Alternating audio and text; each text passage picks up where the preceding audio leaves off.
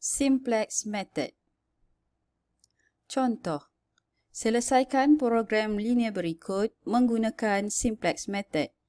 Maximize Z sama dengan 3x tambah 2y, constraint x tambah 2y kurang dan sama dengan 120, x tambah y kurang dan sama dengan 50, di mana x lebih besar dan sama dengan 0 dan y lebih besar dan sama dengan 0. Penyelesaian. Langkah 1. Tuliskan objektif function dan constraint yang diberikan. Sekiranya soalan yang diberi di dalam bentuk ayat, terbitkan objektif function dan constraint dalam bentuk ketaksamaan. Berikut merupakan objektif function dan constraint yang diberikan di dalam contoh tadi. Langkah 2. Tuliskan masalah yang diberikan di dalam bentuk standard simplex form. Untuk objektif function, persamaan yang diberikan mestilah bersamaan dengan kosong. Manakala untuk constraint, perlu ditambahkan slack atau artificial variable berdasarkan tanda ketaksamaan yang diberikan di dalam soalan. Langkah 3. Binakan jadual awal dengan memasukkan nilai-nilai pada langkah 2 sebelum ini. Seterusnya, langkah 4, kenal pasti lajur entering. Untuk mengenal pasti lajur entering, rujuk pada baris 1, iaitu objektif function. Bagi kes maksimum, nilai yang paling negatif akan menjadi entering. Negatif 3 adalah nilai yang paling negatif pada baris 1. Oleh itu, lajur X menjadi entering. Seterusnya, langkah 5. Kenal pasti baris leaving. Untuk mengenal pasti baris leaving, nilai ratio perlu dikira pada setiap baris. Nilai ratio yang paling rendah akan menjadi leaving. Oleh itu, baris S2 menjadi leaving kerana nilai rasionya adalah yang paling kecil. Seterusnya, perhatikan nilai pivot. Nilai pivot berada pada persilangan entering dan leaving. Nilai pada pivot mestilah bersamaan dengan 1. Langkah 6. Bina jadual baru. Dalam jadual baru, variabel pada leaving perlu digantikan dengan variabel pada entering. Oleh itu, pada baris yang ketiga, nilai S2 dikeluarkan dan digantikan dengan variabel X. Entering akan memasuki tempat leaving. Seterusnya, semua nilai pada baris pivot iaitu pada R3 boleh disalin semula ke dalam jadual baru.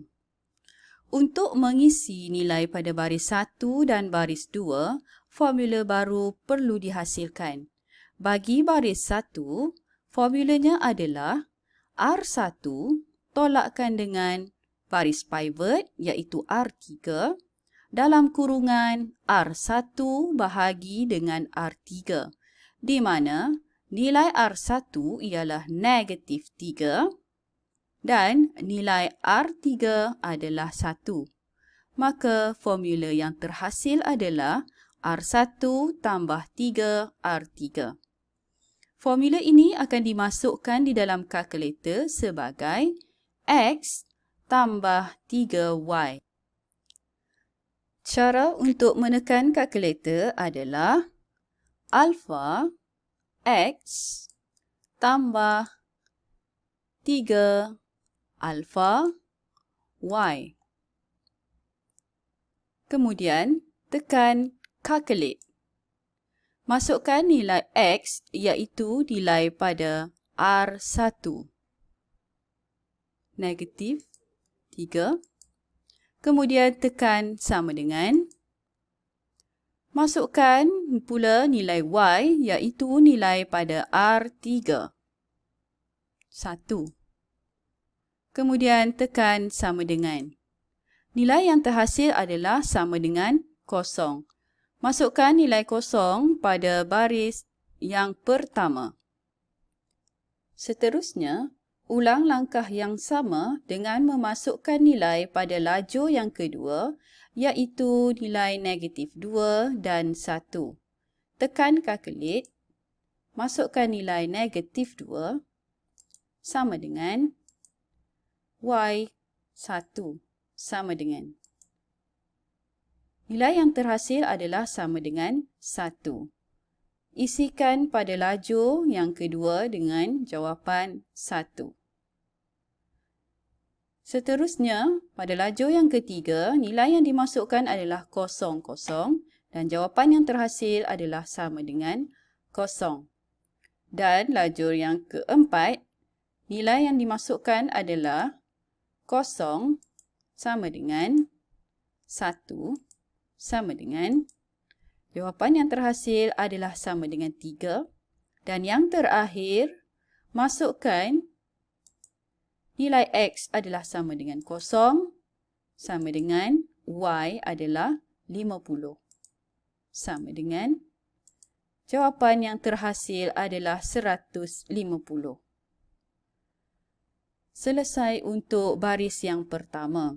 Untuk baris yang kedua, formula yang perlu dimasukkan pada baris yang kedua adalah R2 tolak dengan pivot row iaitu R3, di mana nilai pada R2 dibahagikan dengan nilai R3 di dalam kurungan. Nilai pada R2 adalah sama dengan 1 dan nilai pada R3 juga adalah sama dengan 1.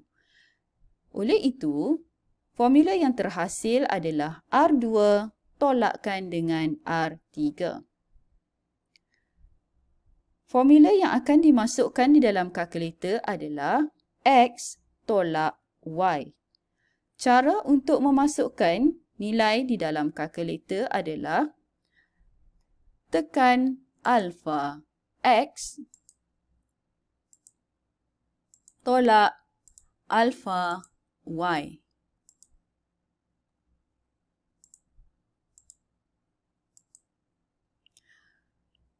Masukkan nilai pada X iaitu nilai pada R2.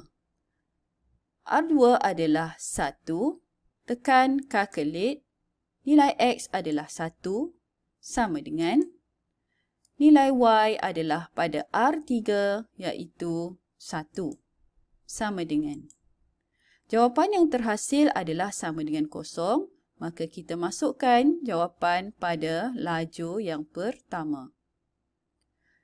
Ulang langkah yang sama pada lajur yang kedua, iaitu nilai pada R2 adalah 2 dan R3 adalah 1.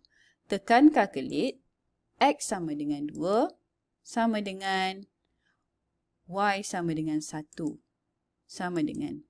Jawapan yang terhasil adalah sama dengan 1. Seterusnya, calculate.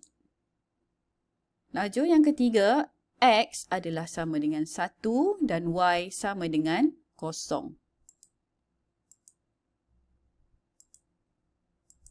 Jawapan yang terhasil adalah sama dengan 1. Seterusnya, calculate 0, 1. Dan jawapan yang terhasil adalah -1. Dan yang terakhir adalah 120 dan 50. Maka jawapan yang terhasil adalah 70. Langkah 7. Semak nilai optimal. Daripada jadual yang telah siap diisi dalam langkah 6, rujuk pada baris 1 iaitu objective function. Bagi kes maksimum, semua nilai pada baris 1 mestilah positif. Apa yang terhasil di sini, semua nilai pada baris 1 adalah positif. maka proses ini boleh dihentikan. Sekiranya masih ada nilai yang negatif pada baris yang pertama, perlu diulang langkah 4 hingga langkah 6 iaitu mencari nilai entering dan nilai leaving. Akhir sekali, langkah 8. Tuliskan jawapan akhir dengan merujuk kepada lajur B. Nilai pada Z adalah sama dengan 150, nilai X sama dengan 50 dan nilai Y tiada di dalam lajur yang pertama. Maka Y adalah sama dengan kosong. Oleh yang demikian, jawapan akhir adalah Z sama dengan 150, X sama dengan 50 dan Y sama dengan kosong. Semoga anda dapat memahami semua langkah yang telah diterangkan sebentar tadi. Sekian, terima kasih.